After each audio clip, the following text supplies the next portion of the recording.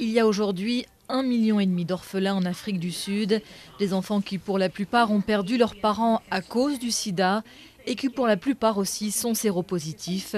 Toute une génération qui paye les erreurs de la précédente. Nous nous sommes comportés comme si nous étions le premier pays à être infecté, pas le dernier.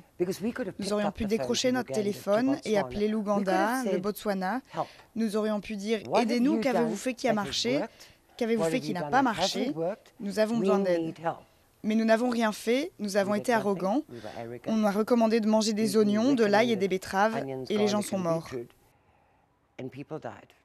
Principal accusé, l'ancien président Thabo Mbeki, qui a longtemps refusé de reconnaître le lien entre le virus, le VIH et la maladie, le sida. Certains le jugent coupable de génocide. Une étude de Harvard a démontré que sa politique, ou plutôt son absence de politique et surtout son déni, ainsi que celui du ministre de la Santé et de certaines autres personnes, est directement responsable de la mort de 300 000 personnes.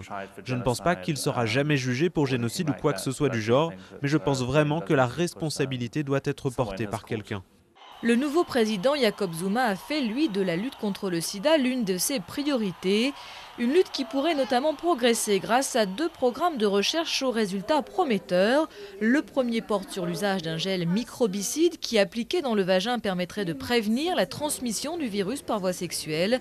Le second programme s'intéresse, lui, à l'impact de la circoncision sur les risques de contamination.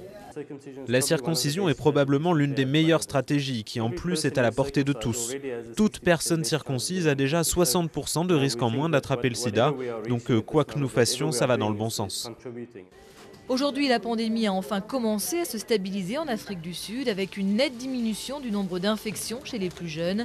Mais le pays reste le plus touché par le sida avec près de 6 millions de malades, soit plus de 10% de la population.